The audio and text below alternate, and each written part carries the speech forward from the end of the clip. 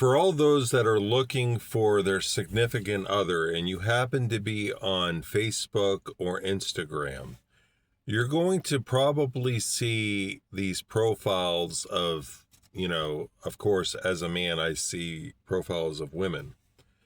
But if you're a woman, maybe you're seeing these profiles of guys. But from a guy's standpoint, I have seen these different profiles for 2 years. And I have grown accustomed to know what's going to happen in a conversation. Now, if you're talking with somebody, ask them what their hobbies are. Maybe they'll tell you at first with you not even having to ask. But if they don't state anything, ask what their hobbies are. They could be like traveling, volleyball, bowling, fishing, walking, exercising, yoga, cryptocurrencies, or anything financial. Now, you know that once anything financial is mentioned, you're going to eventually hear it later down the road in the conversation. It could be right away, or it could be later on. Now, at first, they will boast about how much money they've made. They'll send you screenshots of how much money they made. And then they'll ask you, have you invested? Have you traded? Have you ever done this before? And then they'll give you more or less an ultimatum that you need to do this with me. If you don't do it, then they stop talking with you. That has been my experience. So basically what I have learned in talking with these different people, as heartbreaking as it is, because when you're looking for your significant other, you're going to come across these different people that are not who they say they are. You have to check their pictures by reverse image searching. And you can do that in Google or Yandex. You save their picture to your phone, you upload it in either of them. Look it up, and if you see their picture anywhere on the internet and they are under a different name, then you know that it's not them. It's someone that is completely different. So when they start pushing the financial on you, then you know that it is not a legitimate conversation, that they are not real. So when you state that you are not interested in anything financial, they will stop talking with you, and then you move on. This has been the experience that I've had for 2 years. Now, let's state that if you are talking with somebody and financial isn't mentioned, then it has been my experience that, the hobbies will be different. They won't state anything financial, but eventually they will ask for an iTunes card. They will ask for takeout food. They will ask for flowers, money to pay their internet bill, or anything like that. Or let's say they had mentioned that they have a kid. Well, they don't have enough money and they start asking you for help. Now, I'm not somebody that is not going to help somebody. If I see somebody in need that's around me, I will do all I can to help them, but I will not do anything online. That's what I have learned, because I have come across so many deceptive people that are not who they say they are. And two of the encounters that I have come across was last year. I had spoken with somebody that was 41 years old who lived in Texas, who had a daughter. And, of course, I shared my faith with them. I prayed for them. And they saw my integrity, that I was not like other guys who wanted one thing. So when I prayed for them one time, later on, they stated that they wanted to come to my faith. But then they were honest with me. They were not a 41-year-old woman. They were a 27-year-old guy from Thailand who admitted to scamming people out of their money. And they had told me in conversation that they didn't want to do that anymore.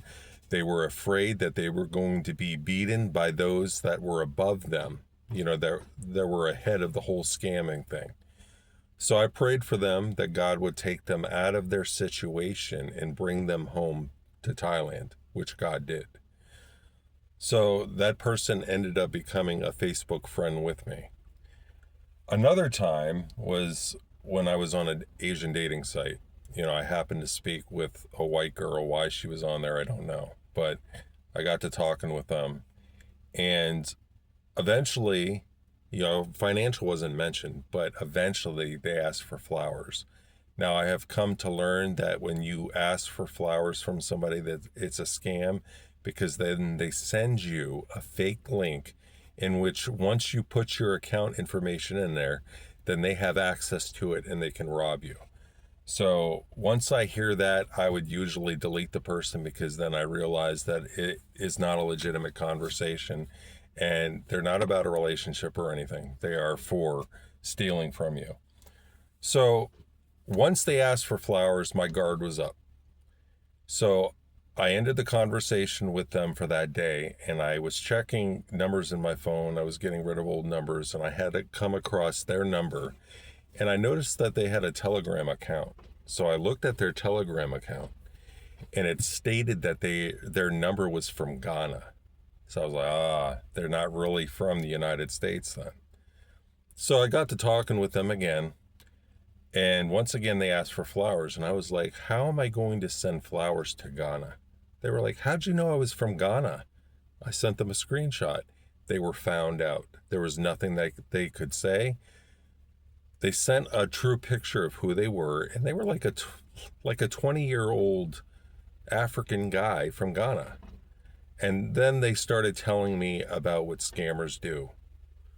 And so with this information, I really hope that it helps you. If you are having a habit of checking these profiles out and you're looking for your significant other through them, you have to watch this. Because if they're not going to try to get you into something financial, then they're going to ask something from you. So once they do, it's not a legitimate conversation. Another thing that I have learned as well is with video calling.